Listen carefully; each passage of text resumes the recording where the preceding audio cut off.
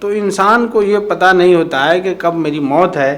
تو وہ آرام سے اپنا کام کرتا رہتا ہے۔ اگر اس کو پتہ چل جائے کہ فلانے دن فلانے وقت میں میری موت ہونے والی ہے، تو اس دن کے آنے سے پہلے ہی وہ پگھل جائے گا، اس دن کے آنے سے پہلے ہی وہ ختم ہو جائے گا۔ لیکن انسان کو جب معلوم نہیں ہوتا کہ میری موت کب ہے، تو موت کے آنے سے ایک لمحے پہلے تک وہ بالکل بے فکر ہوتا ہے، وہ بدحواس نہیں ہوتا ہے، اس کے ہوش و حواس قائم رہتا ہے اور وہ اپنا کام کرتا ہے، چاہے وہ دینی امور کر رہا ہو یا دنیاوی امور کر رہا ہو، لیکن اطمینان سے اپنا کام کرتا ہے۔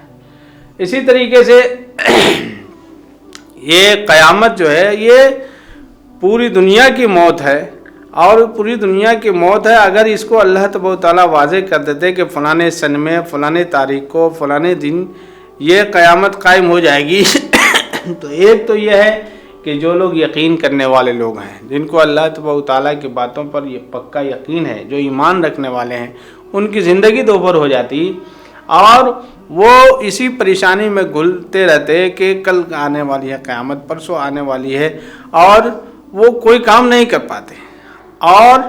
جو لوگ بدعمل ہیں، جو عمل نہ کرنے کے بہانے تلاش کرتے ہیں، ان کو موقع مل جاتا کہ ابھی تو قیامت آنے میں اتنا دن باقی ہے، بعد میں عمل کر لیں گے، تو اس سے تساہل پیدا ہوتا۔ تو اس لیے اللہ تبارک و تعالیٰ نے اس دن کو مبہم رکھا ہے کہ کب قیامت آئے گی، اور اللہ تبارک و تعالیٰ نے کسی کو نہیں بتایا، یہ اللہ کو ہی معلوم ہے، اور جب قیامت آئے گی اسی وقت لوگوں کو پتہ چلے گا۔ لیکن اللہ کے رسول صلی اللہ علیہ وسلم نے اس کی کچھ علامات اور کچھ نشانیاں بتا دی ہیں، کچھ نشانیاں بتا دی ہیں جن سے پتہ چلتا ہے کہ قیامت اب قریب آ رہی ہے۔ وہ نشانیاں کیا ہیں؟ اللہ کے رسول صلی اللہ علیہ وسلم نے احادیث کے اندر بیان فرمایا ہے، اور محدثین کرام نے ان کو اپنی کتابوں کے اندر محفوظ کر لیا ہے، اور بعض محدثین نے اس کو ابواب الفتن کے تحت، بعض محدثین نے اس کو علامات قیامت کے عنوان سے موسوم کیا ہے، اور تاریخ کی کتابوں میں، سیر کی کتابوں میں، احادیث کے اندر، اس کے علاوہ مستقل لوگوں نے کتابیں لکھ رکھی ہیں علامات قیامت کے اوپر، جس میں اللہ کے رسول صلی اللہ علیہ وسلم نے جتنی بھی پیشن گوئیاں فرمائی ہیں، جتنی بھی علامتیں بتائی ہیں، ان علامتوں کو ذکر کر دیا۔ وہ علامتیں کیا ہیں؟ ان علامتوں کے اوپر آئندہ بات ہوگی، اور تفصیل سے ایک ایک علامت کے اوپر بات کی جائے گی۔ قیامت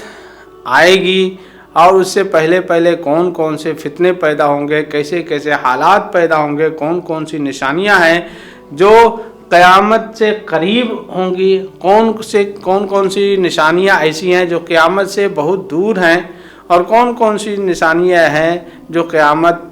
سے بالکل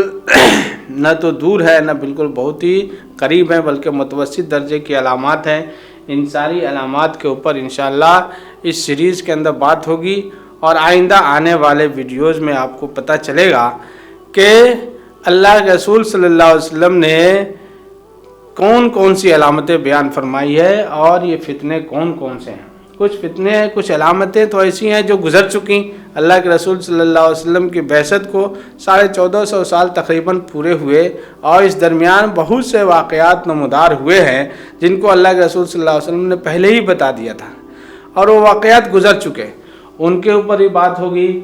اور بہت سارے ایسے واقعات ہیں جو اللہ کے رسول صلی اللہ علیہ وسلم نے جن کی پیشن گوئی فرمائی ہے، جن کے بارے میں بتایا ہے کہ ایسے حالات پیش آئیں گے اور امت ایسے فتنوں سے گزرے گی۔ وہ حالات اس وقت گزر رہے ہیں، ان کے اوپر بھی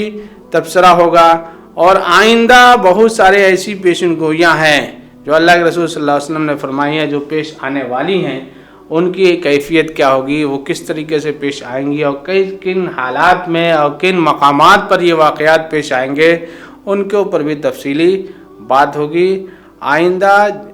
اس کے بعد جو اسباق ہوں گے اس کے اندر ان تمام چیزوں پر تفصیلی بات ہوگی۔ وما توفیقی الا باللہ۔